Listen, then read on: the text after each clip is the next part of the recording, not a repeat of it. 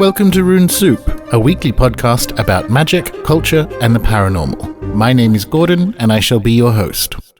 This week, our man in Thailand returns. Now, today's episode is going to be a little different. In between recording this episode and releasing it, Jenx has announced that he will be pulping every remaining copy of the book we are discussing. There's no real point in talking about the why, but rest assured it has nothing to do with what's between its covers, so to speak. As a result, Jenx is keen to have a lot of the content, or at least some of it, come out in other formats, which includes this podcast. Some of it will be showing up in the next book that we talk about at the end of the episode, and over the next couple of months, I'll also be publishing some of the interviews with the Ajahns, as well as various images from the now forbidden book on the blog. Be sure to jump over to the Thai Occult Book Facebook page and follow for further material. And whatever's left in the online shop is every copy of this book there will ever be. You'll find the links below. On with the show. Jenx, welcome back. Thank you very much, Gordon. It's always a pleasure. Oh, well, indeed. So, congratulations on the new book. It's another fascinating read. We were talking about this via Messenger a few days ago. It's my impression that your photo game has certainly improved. Well, to be honest, it's the same camera and the same photographer, me. And what really improved was the quality of printing, and also my ability to lay the books out improved, because I pretty much do everything. Yeah, I don't know about that. I think there was some, like, the lighting is quite good. I mean, it's different when you're sort of maybe taking portrait shots of people rather than little close-ups of Amulet. But yeah.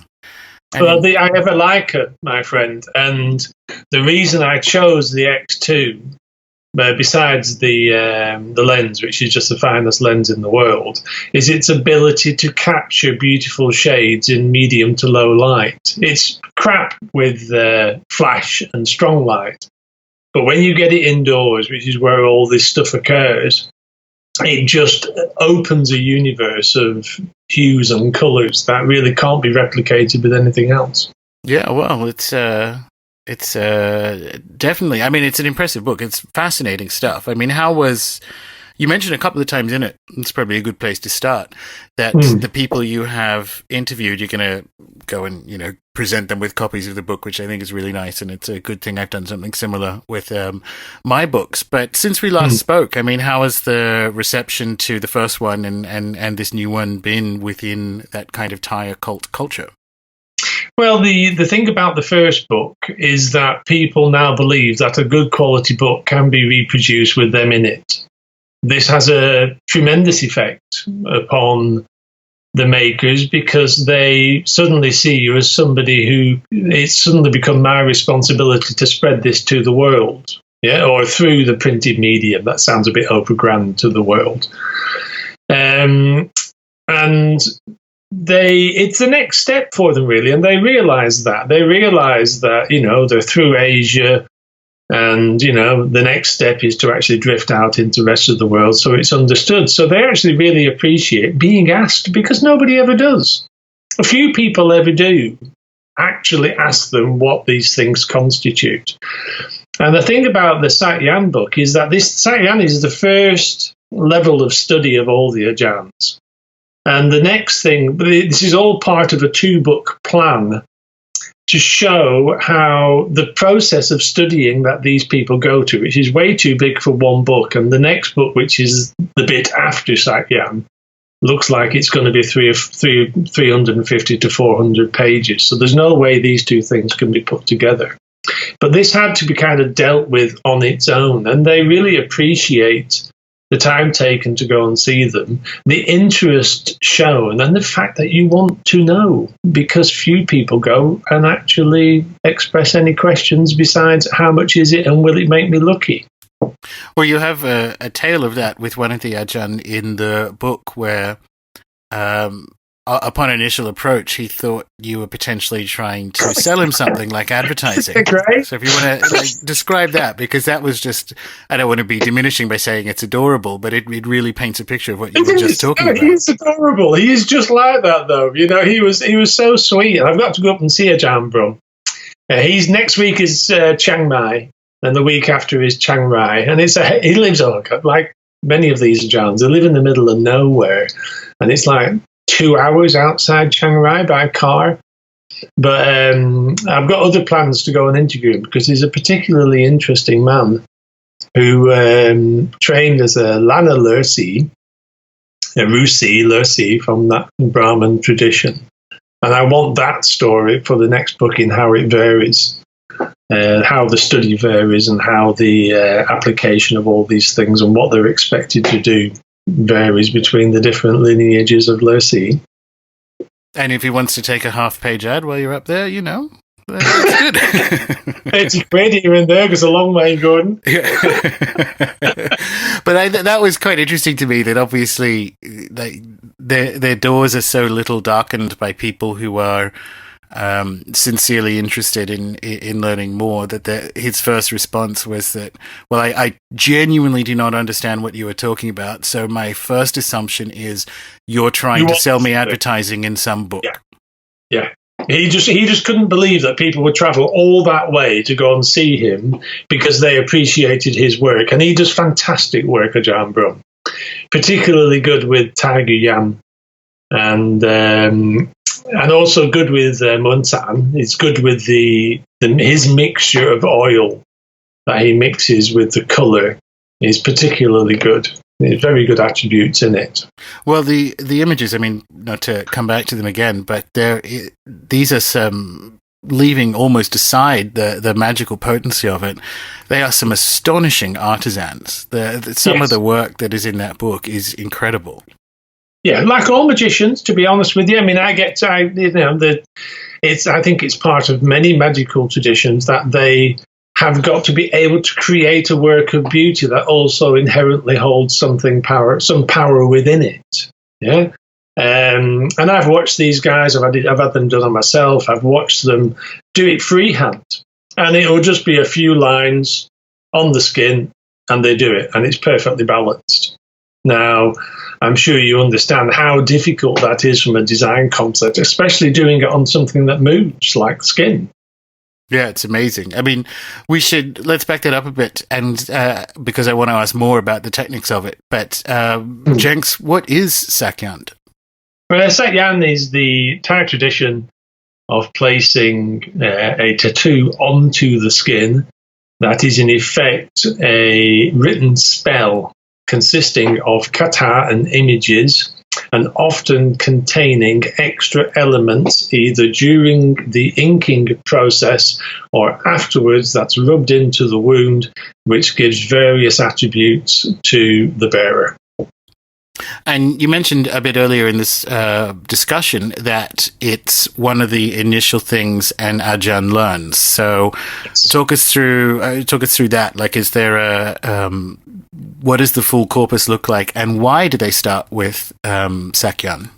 Well, it appears this way. Nobody's ever, this is just from listening to many of their stories, it appears this way. Many of them become interested in magic as a child. Often it's associated with family troubles, or, one of the parents has died or anything else. And many of them actually go to be what's called a dek wat. Yeah, we're in a wat or a temple. They're a child of the temple, and they help out and become interested in the arts. Yeah. And it's amazing. This story is told many, many, many times from the people I've talked to, whereby it starts at an extremely young age. And it kind of infers that this is meant to be for these people. Yeah, they are meant to go in this direction. And they start by studying kata, which is the rhythmic chant in Thai language, or Pali, usually, which is the language of Thai Buddhism. And often some Ajahns I know more kata than they do written Thai. Yeah? Like Ajahn Chalerm has always said that he became a maniac for kata. He knows and remembers every single kata he's learned, health benefits, what type of protection they bring, what they can do to keep away ghosts. You can access the angels. There's thousands of kata that they can use as an element to their studies. And through the studying of kata and the study of meditation, they gain samadhi, which is focused intention, which, as you will know, Gordon, is a part of pretty much all magic. Yeah, it's interesting that, like, there's a number of interviews with different Ajahn in the book, and you kind of touched on something which is one of my subtextual goals for the podcast, which is to see if there is if we can discern a kind of majority shape to the life of people who end up weird or magical, which is why the shows, unless you're a returning guest like yourself, Jenx, start with, were you a weird kid? And it does appear that there is a pattern to it. So when it's that kind of, is it in some sense meant to be, or however you want to describe that? It's interesting that it does that holds across cultures. I'm convinced that it is meant to be. Absolutely convinced about it. I went to see Aegina Pitchaiah, one of my favourite Ajahns, a couple of days ago, last week, to take him a book. He's, to interrupt, because I remember him from the pictures, he's the one who looks like he's 10? That's about right, yes. He looks like he's 10, but he's actually 26 with the kid. Oh, thank God. Yeah. Okay. But he did start at the age of 7, but he's been at it for more than 3 years. Right. He's like, because you look at that and go, there's some, sorry to interrupt, and we'll come back to the story, but the work that you share of his in the book is amazing. And you think, what are you? As a magician, he is amazing. You son of a, like, how could you do this? Because I wasn't sure how old he was, like, I can't tell people's ages anymore. And I'm like, if you're 20 and you're this good, if you live to old age, you're going to be able to tattoo through time. Yes. But that's his first level of study. Okay? So what Aegina Pitchaiah started again about the age of 6 or 7 and he learned about magic rather than going to school. Yeah, so recently, when I went to see him, I took up some Burmese skull pieces for him to bless, because it's always better to get these things blessed. It keeps them under control. And then I pulled out this skull piece, and there's which is the full front of the skull, and including the third eye region. And he said, "Oh, it's Tai Yai." Yeah, which is one of the subgroups of the influence of magic throughout the northern area of Thailand and northern Burma. And he starts to read upon the proto-languages of the area and tells me the kata, and these are just like little dashes and dots, yeah? And actually reads it all out, and he knew all that. But if you show him something in Thai, he struggles a little bit. Amazing. So he can read a proto-language. Yeah, and the skull. Off the skull, yes. Yeah. And he is a very, very magical creature, is Aegina Pitchaiah. There's a lot. And also, when he speaks like a master. It's a very odd combination of aspects. He looks like a young man, and he speaks like a master. And when he actually, some interviews I've done with him recently, some of the stuff he's coming out with is bloody astonishing. And he's very open, just tells you he knows exactly how to pitch it. Very smart indeed. So we have a lot of interesting stories of that fashion coming. And this is where this book starts, really, Gordon, because it marks what we're going to achieve from now. Yeah, and what we're going to get from these people, because Sak Yant is about how they learn kata. It's about how they learn to bless and to put energy into various things, and how they learn the imagery and the spells. And that's why it's a separate book on its own, really. Yeah, well, I look forward to that. My copy, because the images of Aegina Pitchaiah are near the middle of the book, so it sort of opens naturally to it. And I'm not surprised he has that presence, because even in the images, I mean, he's quite a handsome young man as well. But yes, you look at the pictures and go, whoa, that's there is a big thing in a young frame there. Yeah, I mean, if you remember from the first book, the campaign. remember the story of Kunpen and the legend? He invented the Kuman tongue, and he was a magical wizard and a warrior and everything else. Of course. Aegina Pitchaiah is like a modern-day Kunpen. He lives like Kunpen, and he has the abilities very close to Kunpen, and he's still a young man. So what he's going to end up like in a few years' time or 20 years' time is going to be very interesting indeed, because he's a very, very capable magician already. Well, let's talk about some of when you're talking about this being foundational information that needs to come out so that the world, in a wider sense, can have an understanding of what this these cosmologies and this praxis is. So let's go with let's basic it up. What are some of the more common or popular images or iconography that are depicted with Sak Yant? Okay, well, there's three different types. Animist, Brahmin, and Buddhist.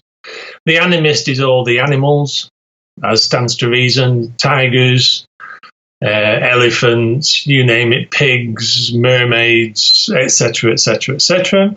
The Brahmin tend to be the lower sea and something called the Himapan images, which basically is like the lower sea, the Rusi on acid, because these come from forest-dwelling Rusi, and obviously they've been at the mushrooms because it's mixtures of weird and wild, fantastical animals, and some of the images can be really quite stunning. And then on top of all that, you've got the Buddhist element as well. But to be honest, I mean, the images change all the time. And the image is not of vital importance unless it's actually constructed out of the letters of a spell. So, you can basically put any image you want as long as the correct spell is used, the correct intention is used, and the correct application is used with the correct oils and inks. Well, this was going to be the follow-up question there, which is sort of like what constitutes it, because there appears to be there's some hints that there's an astrological timing component, but I guess if we widen it out, there is amongst the images some fairly alarming looking needles, right? So when you say let's talk about how they're actually composed and describe why in many respects the images can be secondary if we're talking from a tool perspective, traditional and modern, and what the differences and discussions are around that, and the ink perspective as well. Because if you get the timing and the ink, then you have those bits are more important in many ways than the image, combined with the intention. But talk us through how they were traditionally done. Are they still done traditionally? What do people think about that?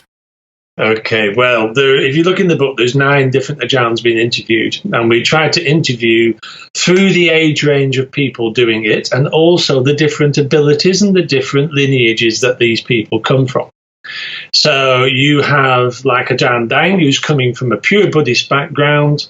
He is a man who exemplifies loving kindness, absolutely beautiful man, expert in the Lanna language, which is the language of northern Thailand, and nowadays uses a tattoo gun because it's easier on his eyes, he's getting on a bit, but that doesn't matter for Ajahn Dang. He is just such a beautiful person with beautiful feeling inside that he will give you his feeling for a tattoo. Okay? Next, you're going to have somebody like Ajahn Samat. Now, Ajahn Samat comes from a very ancient lineage. He was taught by a 94-year-old in the middle of a jungle on the Burmese border with Thailand. His yan come from 2 sources. 3 sources. They come from his grandparents, who have been Sak Yant masters for generations. He's an expert in love magic from the lineage of Luang Por up. And he is also is an expert in Burmese style yan and Lanna yan from being taught by 92 or 94-year-old Paul Mosawai. Okay? So he is an extreme traditionalist.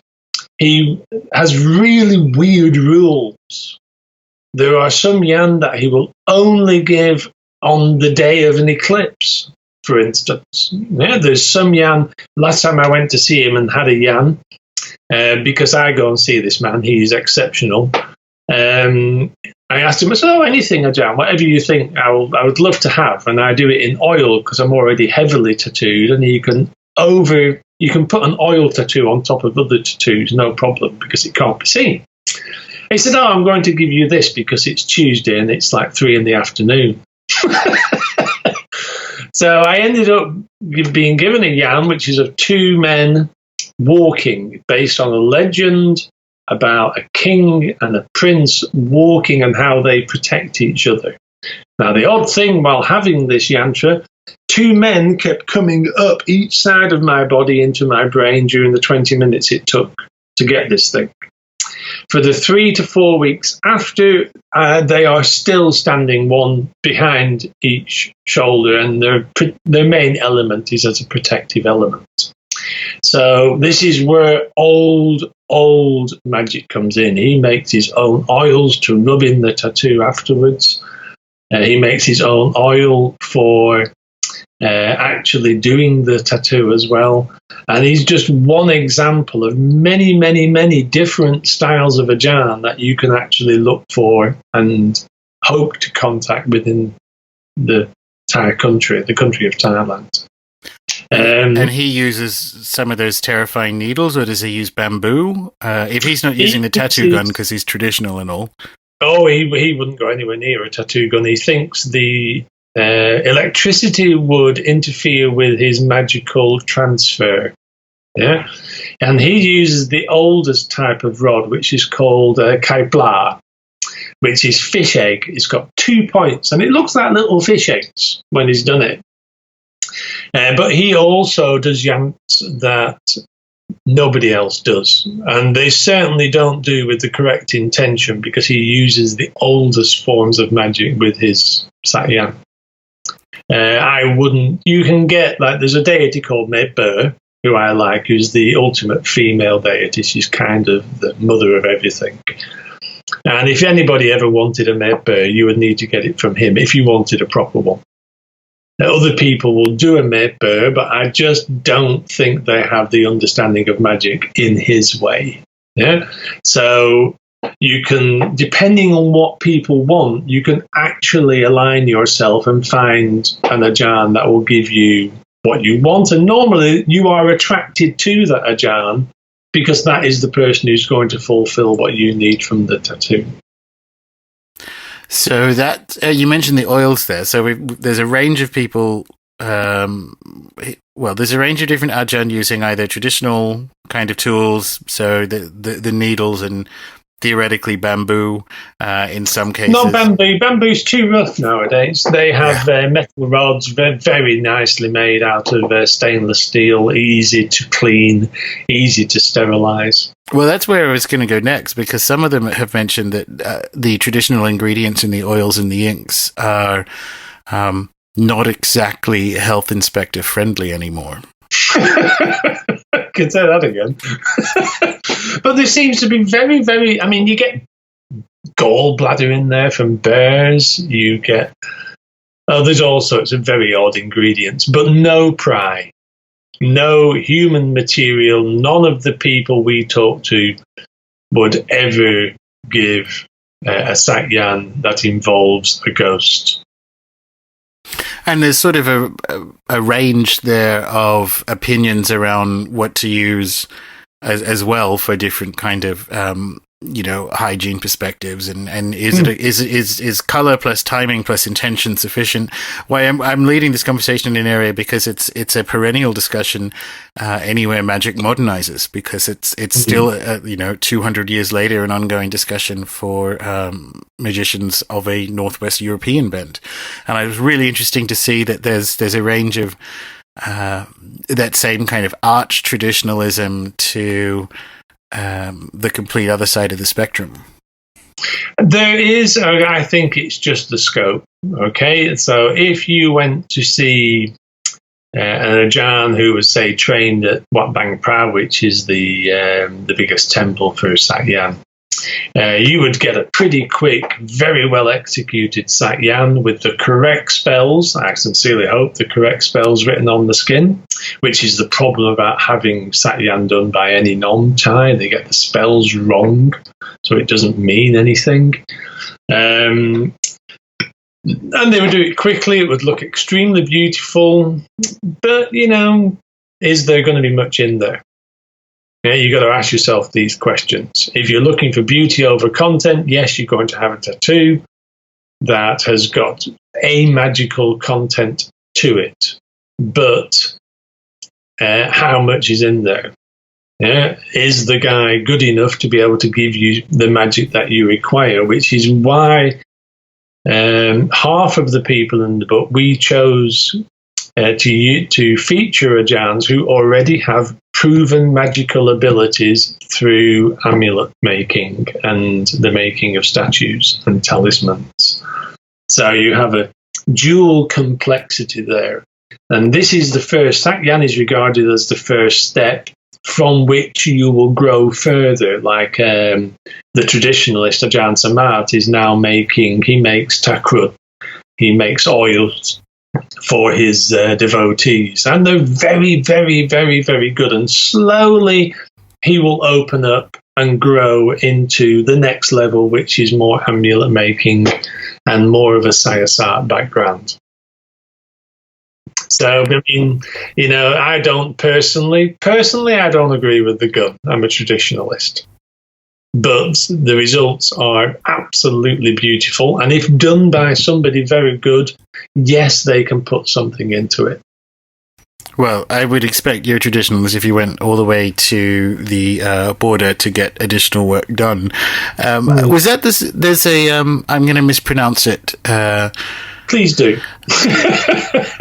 It's really difficult, by the way, going the pronunciations. Yeah, it is. So, was that the guy, the Ajahn you're referring to? Is that the one when he was trained by the 94-year-old? The 94-year-old initially kind of said no, but there was some concern about him, instead of passing the lineage on, passing on a ghost. People. Yes. See, that's the word I was trying to not say. Actually, just this week in the Bangkok Post, there is a story about a village head calling in the police because they're having problems with the people. Yeah, it's creating havoc within the village. And the people is a ghost that can actually come from Ajahns and magical practitioners. And they think it can actually create itself from the magic that they create. It can feed on that magic, and it can be created inside magicians. And they stem from an ancient legend where a prince who has great magical ability could move around into various animals and other human beings, and eventually got stuck because somebody killed his body, and it's moved on ever since. And they're very difficult to kill off. So, I mean, people are terrified of ghosts here because they can be particularly effective. But at that time, Ajahn Samad, I think he'd gone through a very difficult period. He'd had a breach of trust, and I think he was ready to embrace a spiritual lifestyle. So he went for it and stayed with the guys for 3 years. I studied every day, had to make food every day. The food was of a cleansing nature. They would only eat certain vegetables and certain rice and no meat for 3 years. You get that impression in the stories they tell in the book. It's quite the life. It's some of them. This is medical training and beyond. Like, you look at people who will do postgraduate studies for a decade, and you sort of think it is impressive, but there's a huge amount of work and training that goes into this stuff that it just really comes through in their stories. I think, isn't it the same with yourself? It's the same with everybody who wants to achieve anything in this world towards any sort of magical ability, or to understand or live a more magical life. It doesn't just come. You have to work at it. And some of I must have blanked out. Remarkable. Yeah, I must have blanked out those 3 years in my life that I spent in the jungle eating brown rice. As you know, I do try to work hard, That is a big ask. It's, I was talking to, interviewing all the Jans I'm interviewing at the moment. I'm actually asking about whether they've disappeared off into the wilderness, because it's a thing that can't be done much anymore. There's only certain parts of the country you can do that anymore. Go and live on your own for 2 or 3 years and practice what you have learned. Practice how the kata, keep away ghosts, practice how to contact the devas and the spirits above. And, I'm sure some of them die. Yeah, we were talking about that before we hit the record button, that there's a sort of a weird combination of a walkabout and vision quest that's sort of traditionally required, if you want to describe that. It's one of the options available for the people who need to go down that path. Ajahn Chalerm, he did 3 years, Tudong. Ajahn Brahm, the Lursi, the Lana, Northern Thai Lursi, I think he did 3 or 4 years. He lived in a cave for 3 or 4 years on his own. People popping in sometimes, and they would exchange knowledge and learn new things and eat together, and then more periods on your own, total isolation. It was, when we were talking about it before, what really struck me was the holistic component to this sort of period of isolation, because they do need to know not only their magical skills, but also be able to recognize the local flora and fauna and what they're used for, and what eats you and what you can eat, and all that. And also, I think it's probably also a way to learn the alchemy of the Thai occult. The herbal lore here is enormous. It's huge.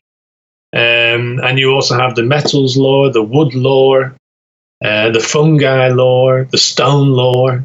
Yeah, it's enormous. And I think a lot of their time will be taken on exploring how to acquire these things. Some things will only come to you by reciting kata. Some plants you will have to learn how to grow. You have to identify everything. So it's like learning the natural law, really. And that can't be done very quickly.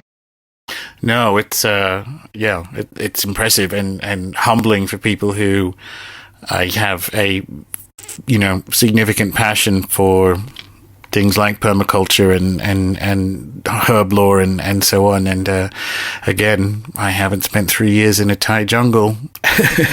Well, if you ever need a hut, I've got one for rent out near the Burmese border, Gordon. Gold.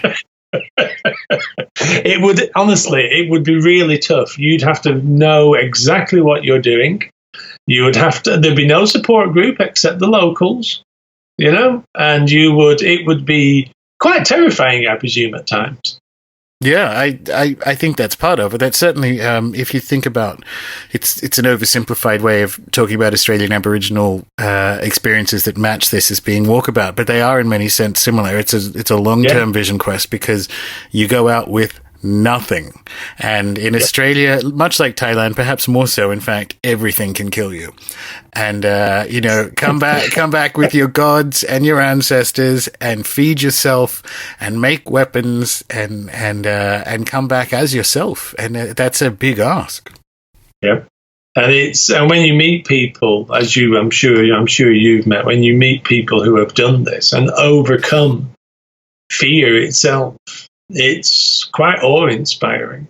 Yeah. And there's certainly no faking it. They didn't sort of head out over the horizon, turn left, and get into a motel and watch Netflix. Like you can. I don't think you could. No. I don't think you could fake it. Really, it's certainly not. Even though I'm a believer, I'm also a skeptic, and I believe these people wholeheartedly. I have an idea of how good they are at what they do, which makes it even more wonderful that they'll sit down and actually share things with me, which is, it's just such a privilege, really, because they're out there somewhere and in a place that I can't access or don't know, but I appreciate their presence in this world.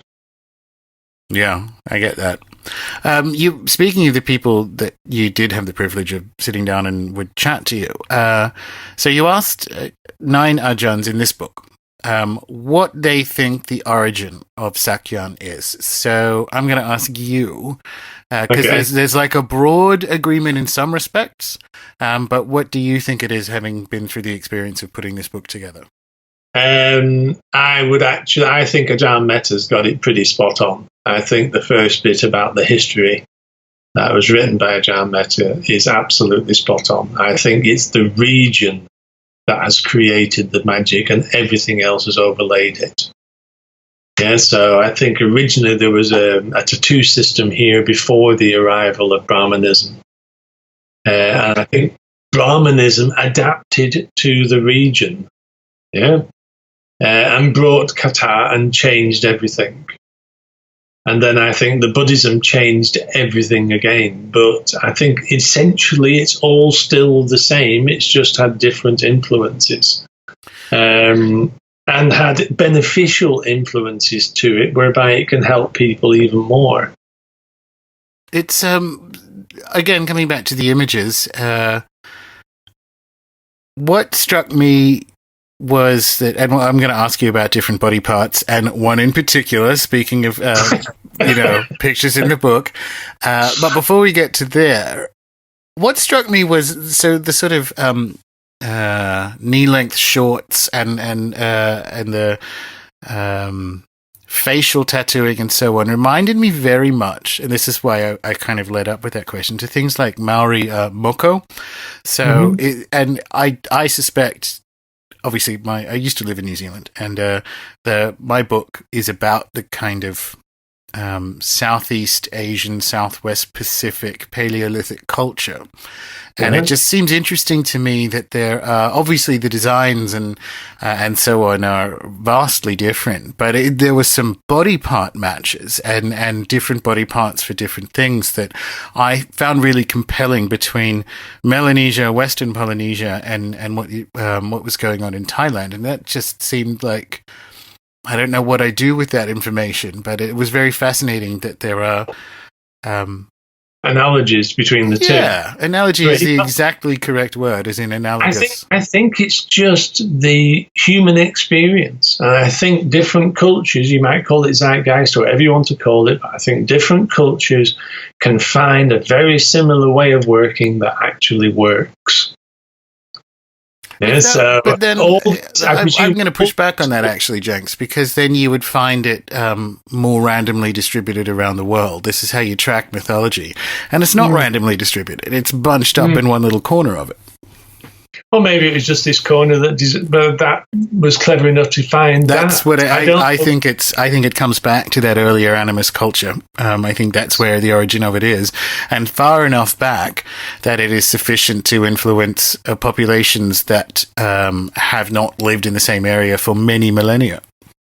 I think the animist culture in Thailand has been sufficiently strong to withstand the influence of the fourth Veda, Brahmanism, and in effect Buddhism. Yeah, they've all layered over the top, but animism stays underneath it all. And if that's the case in this region, there's no reason why it's not the case in other parts of Southeast Asia and the Pacific. Yeah, absolutely. It's so strong. You see it as soon as you get off the plane, as soon as you go out, there'll be a spirit house. That's not Buddhist. That's a land spirit. Yeah, that dates back millennia. Yeah, you'll see trees with dresses hanging on it. Yeah, nothing to do with Buddhism. The Buddhism has made it all safer. It's kind of brought it all together for a culturally inclusive protection and something to work with to gain the advantages in life that we sometimes need. And Buddhism is vitally important, but it's only there to help the animism. It's just laid over the top. And anybody who's been to Thailand will see it. Yeah. Does that mean, we sort of talked about the different levels of social acceptability for different practices last time you were on. In the world of Yant, does that mean that the majority of them, from a social respectability perspective, lean more towards the Buddhist, or do you find more tigers? Everybody's Buddhist. Yeah, but Buddhist tattoos are actually, I will stick my neck out here, are actually way less popular than the animist tattoos. Because the tiger is the ultimate. Everybody wants a tiger. Anybody with any natural authority about themselves, or any drive, anything they need, the drive and being able to access more animalistic parts of their nature, goes for a tiger. I just think it just depends on people, really, to be honest, actually thinking about it now, Gordon. I think it's just what the people are drawn to. So if people are drawn to that, they need that. Other people are drawn to getting a gaoyod, which is basically a Buddhist construction of a spell, or a ha dao, which is the one that Angelina Jolie has on her shoulder, you know. And it also depends on whether it's a urban dweller or a rural dweller. A countryman, because in the countryside they will expect, they have a different belief in animism in the countryside than they do towards the urban centres, which tend to follow more the Buddhist canonical religion more closely. As soon as you start going away from the urban centres, it gets very animist very, very quickly indeed. I think it just depends on people. I can't answer that question, to be honest with you. I'd love to stay animist, but I don't know if I can answer it. Is there a class component, just as you mentioned there? So in a similar way to actually tattoos in the West, up until recently anyway? Yes, there is. But then that's when you get people like one of the devotees of the Ajahn in the book, of one of the Ajahns in the book, is a Bangkok lawyer. Yeah, you don't get any more high society than that. And he's got 150 tattoos, but they're all in oil, so nobody can see them. I like that. He uses magic in court. Well, why wouldn't you? Well, exactly. But I think he can be my lawyer any day if I ever get in trouble, because he's just such a lovely fellow as well. We have the most amazing conversations. And he believes from experience, not from where he comes from. He comes from a high soul family. So he believes in all this purely from experience. He's seen it, he knows it works, and he taps into it. That is an attitude I can certainly get behind. It is, I mean, you know, if you ever visit Thailand, we can get together and have a coffee, because I'm sure you'd find a lot of what he has to say to be extremely interesting as a man from a very different culture. Yeah, absolutely. Speaking of, well, actually, no, speaking of culture, because the class bit here's maybe one of the differences when you see magical tattooing is kind of the wrong way of describing it. But when you see similar cultural expressions in the Pacific in particular, they're associated with status. And so only certain people can have facial moko, and, like you're quite high status if it's, covering the whole head and so on, depending on the different iwi and what have you. But you're not allowed to get certain ones. Only certain people can get certain ones, depending on status and tribe and that kind of thing. And I wasn't sure if maybe the class component will approximately split around a rural-urban divide anyway. And I'm just wondering, inside from a rural perspective, if there is. Are you impressive if you wander into the village and you were like full Yant, like completely covered? Well, they'll just think, so often they'll just probably think, oh God, he's slightly mad. Yeah. The other quarter won't give a shit, because that's his life and up to him. Yeah. And then maybe a quarter will think, wow, he's full of Sak Yant, I must go and get one. Yeah. I mean, how can we know? It's in Thailand, Thai people do not think in the same way as we do. It is not linear thinking. It is open-hearted thinking. Yeah, it's not direct answers towards any of these things. It all just depends on the person. And some people will see it as a man who's full of power and grace, and has got magical abilities and has been blessed with attributes and everything else. And others will see him as a nutter. It's like everywhere. But for different reasons. The more you go in the country, the more they are seen as protection. So we have to talk about this, going back to the body parts. What would they think of a one image in particular? And if you're listening along, yes, that's what we're talking about. That must have been an ordeal to get done. Is that fairly common? And well, it depends. The lad who's got the Yants on his. We can swear at penis. On the head. Yeah. He must have a very understanding Ajahn, because that's going to send him sex crazy. But by looking at him anyway, he was probably somebody who got any advantage that he could get from having these things, which is the Thai nature. Yeah. Most Ajahns will not do that. You've got to find somebody who knows you and who actually believes that you can actually withstand the amount of sexual craziness that's going to bring, because the Ajahns don't want to damage people. They're giving a Sak Yant in order to benefit you, which actually gives them merit in this system. They don't necessarily want to give you something that's going to turn you into a complete sex maniac, going around shagging anything.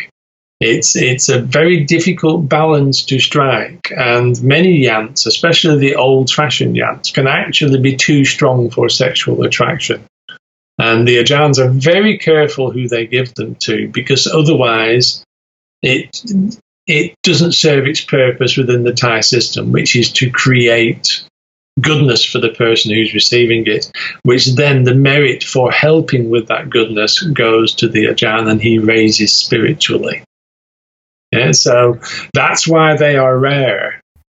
Are you aware if that one was administered traditionally? Yes, it was. Yow. That's impressive. You mentioned something like in that wider point, I think is very important. And one of the questions I had, which I seem to have skipped, but it's worthwhile talking about now.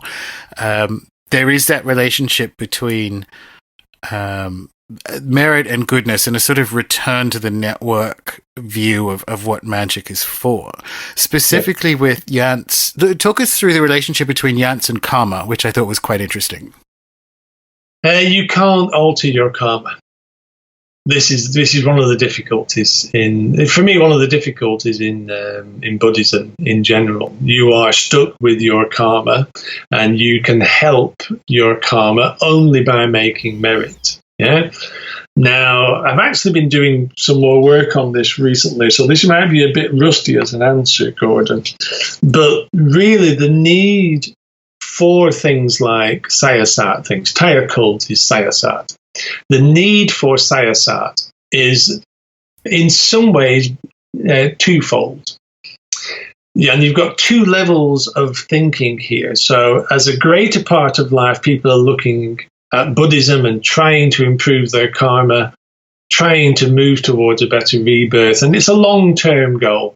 Yeah. On the other side, you've got the day-to-day problems like your cow's just died, or your car's broken, you need 20,000 baht, or your girlfriend's just left you, or business is failing. Well, I'm sorry, but long-term life goals sometimes are extremely difficult to hold on to all the time, and then they will go and get something Sayasat, be it a Sak Yant, which is an occult practice, be it an amulet or something else. Yeah. So, but really, what this is doing is trying to fight against your karma, which is basically the path laid out in your life and the shit you've got to deal with from previous existences. And in many ways, Sak Yant is cheating slightly, but then again, we are only human. Yeah, I like that sort of, it can't change your karma idea, but it can. There are ways you can grease the wheel. Relief from it. Yeah, it's like being a bit kind to give you some relief from the burden that karma's giving you. And one of the remarkable things about this country, when you've lived here long enough and you're relaxed enough and you can see in a very open fashion you can watch people choosing kindness first in most situations. Yeah, now that as an element is one reason I live here. They will choose kindness, yeah, for the sake of their own merit and for the sake of the other person's merit, because they might be having a bad day and somebody needs some metta. And that is just beautiful, in my opinion. I have very little frame of reference for it. Lived in the UK for 8 years, born and raised Australian. I have very little reference for people choosing kindness first. it's hard, isn't it? You do get it, I'm sure we've all had a very wonderful uncle or an aunt who you've gone to in a time of need, and they've been extremely kind to you no matter what you've done. Yeah. But if you ever visit here, there will be a point in a day or a point during your holiday where somebody deliberately chooses kindness towards you. And that as an effect from any sort of society is just devastating in a wonderful way, because they are choosing to see how kindness works with you. And kindness works better than anything else. It cuts through everything, like happiness cuts through all dark magic. It's like a knife through it all, and it explains the culture beautifully. Yeah. Speaking of experiencing the culture, I guess. So you mentioned Angelina Jolie, and what's interesting to me, Jenx, about the journey you're going on with these presumably 5 books, but two out the door so far. I think there's going to be one more. Oh, one more trilogy. But it's going to be a thick one. Nice one. Yeah. Well, so before we hit the record button, you were talking about how the Ajahns you were speaking to are very interested. There's and we kind of briefly touched on it in the last show as well, but there's an awareness that the time has come for Thai magic to be visible and known beyond Thailand. So that's one thing. The other thing is, I forget who it was mentioned in the book, things like MMA fighters coming over and getting kind of, faux Yant tattoos, or even if they're getting them done authentically, it's for different reasons outside of a magical context. And Angelina Jolie's like that. So I guess usually when we have cross-cultural episodes, which has been fairly often this year, I want to talk about that. I want to talk about what movie stars coming over and getting tattoos that are from a culture that is a practice that is at least 2 millennia old, right? And I want to talk about how that gets done as it scales up, and what do the Ajahn think of it, and what's your opinion on the risk that the sort of Yant experience as it explodes around the world is faux Yant. Well, this is one reason we've done the book, to be honest with you, because if you're going to do these things, please try and get it from somebody who can actually do it. Yeah, we've had many people who have shown us Yants that they've had done in various places, and the spells are wrong and everything else. And so all the feeling has been placebo, really. And as far as what the Ajahns think, the Ajahns, I'm not so sure. They don't think in the same way as we do. They will see somebody coming through the door who needs something in their life, and they are bestowing it. Yeah? If it makes that person happier, or it makes that person feel protected, or it gives that person what they need at that time, then it has been a success. Yeah? Their real hope is that it starts them off on the journey to find a little more about themselves, to find use in kata, to find a way through the muddy crap of life, how things can overwhelm us and everything else. And it has the advantage of also being an infliction of pain, because pain cleans. It's why some of us get very well tattooed, because it cleans mentally. It brings fortitude.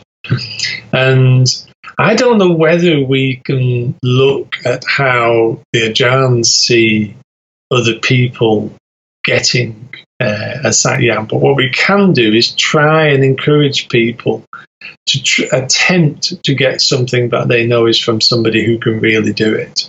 Because the problem is, this could end up being watered down to nothing. It could end up being, and that would be a great shame. But there will always be traditionalists. There will always be people who can do this properly. And if people, if you're going to go and see somebody, just find me online and ask me, is this person worth going to? If you go on the Jan visit, I don't mind. Yeah. Somebody recently Matt wrote to me from Canada because Ajahn Neng's going there. Well, Ajahn Neng's brilliant. You can do it. So it's like, yes, go and see Ajahn Neng. It saves you coming to Thailand. And it's, just do a little work before you do something to find out whether the person can actually do it. Because by doing that, you are keeping a tradition alive instead of going to see Bob who does it with a sharpened bit of pen down in Portsmouth or something. You know what I mean? Yeah. So there's a responsibility here for all of us to actually keep up the correct intention and the correct way of doing this, because it will keep it going. I 100% agree. Perhaps more cynical, because I don't live in Thailand. If the Ajahn aren't really thinking about it, I think they should, because it's a different type of mentality. Yeah, you see. I get that. What I mean is, it's going to expand beyond Thailand, and what would be ideal if, as you go in these journeys, if you find people who are interested in moving to downtown LA or something where it can kind of diaspora with authenticity. Because this is the other side of when we talk about appropriation, because the other thing I don't want to happen is for cultures to turn into museum pieces. And that tends to be the kind of unthinking response to, you don't appropriate anything. You go, well, Thai culture is allowed to change and be modern. And it's the same with this is why we have the appropriation discussion so often on the show, because it's fucking complicated, frankly, and that's the bit that I like. And it's no shade to Angelina Jolie or anything, but I'm like, or MMA fighters who come over, and if they get it done authentically, and it's, I feel a bit. I don't know how I feel about that. They may actually be more serious than they it just are. Is. There's no you can do about it. It just is that way. Yeah, but what is the important thing is the people bestowing it are doing the correct job. What somebody does with it after that is up to them. Yeah, sure. How they promote them, how they use it to promote themselves is up to them. They will let go of that, and the Ajahns will just hope that they fulfill any precepts that they've been given and start to live a more responsible life and start to use kata, which changes the brain and can help us understand life a little more. Yeah, I suppose in many respects, getting a yant is a goodness curse. If done correctly, it will grow in your life. Yes. Yeah. I mean, it's one of those things that they can become addictive, like all tattooing can, because we get used to the pain and enjoy it. But I think if you find somebody that you like and you appreciate as far as giving you a Sak Yant, and it works, why not? Why not get covered? It's up to you. It's your life. Yeah, if it helps you through your life, that's wonderful. Because I know many, many Thai people that have used Sak Yant to get them through their lives, which would have been otherwise very, very, very difficult things. Yeah, and used it to gain a better path. Is it? You just mentioned there, like, is it actually at risk?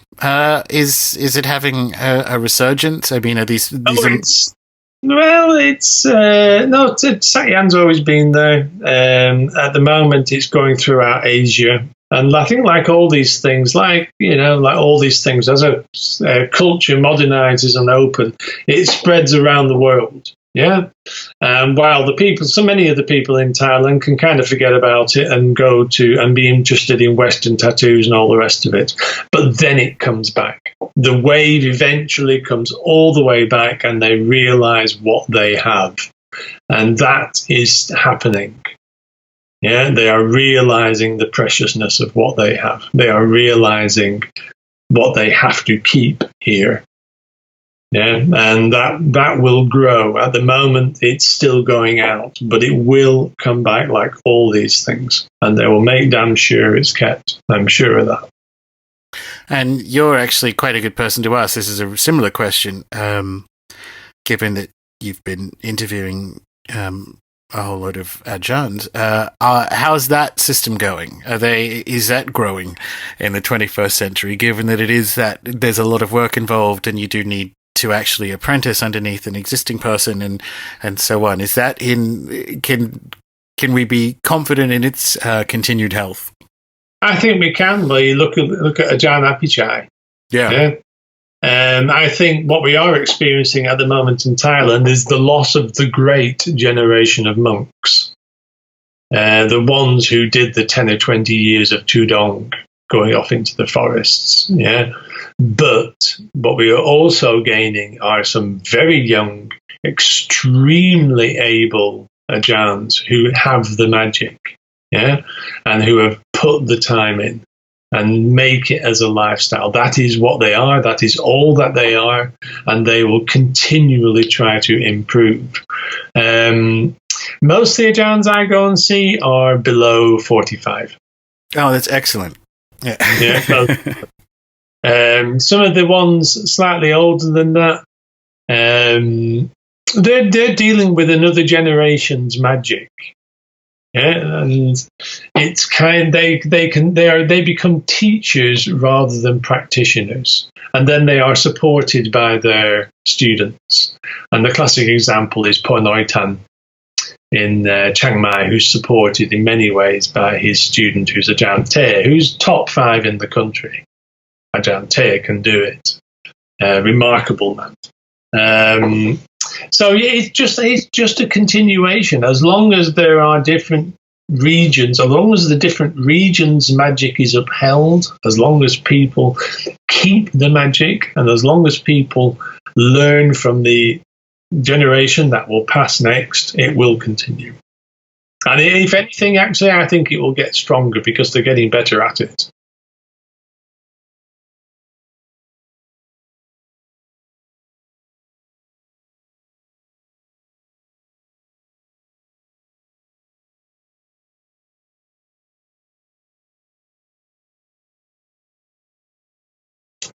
Very simple. Just go to Facebook, the Thai Occult book. Put that in there. You'll see the book. There's 2 issues. They're both the same book. One's just got an addition to it. The ordinary one is the silver edition. It's €32, which is actually extremely cheap for a 250-page book in hardback. Absolutely, with that many color images. Don't get me wrong. Yeah, it's a cracker, you know. But I mean, we had to separate this. This is the companion book for what is coming next, and I've decided that what is coming next, I'm going to make the Bible of the art. Wonderful. I couldn't do the 2 together. It'd just be too big. I was going to separate them into other books, but I've decided to give you everything. Splendid. Well, this is... I love these chats. I want you to hurry up and finish the Bible, Jenx, because... It's going to be tricky. It might take me a short while, Mr. Gordon. Yeah. Congratulations. It is, like the first one, it's a gripping read. For anyone who's interested in magic, it's so new and rich. New to me. It's so new and rich and just wonderful. So congrats once again. Well, you just wait for the next one, because I'm going to tell you how they do it.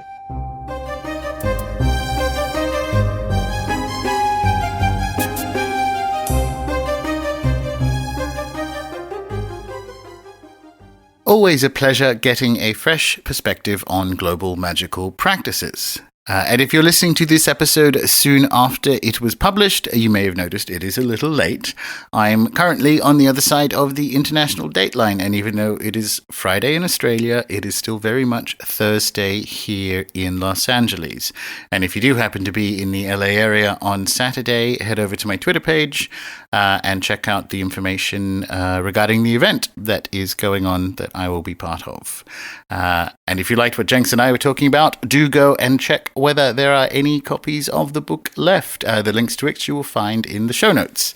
And head over to runesoup.com to subscribe to the blog via email or RSS, so you'll be able to catch the Ajahn interviews when they're out. To get in touch with me, as previously mentioned, you know the drill by now. Find me on Twitter, where I am Gordon, Gordon_White, WHITE. Until next time.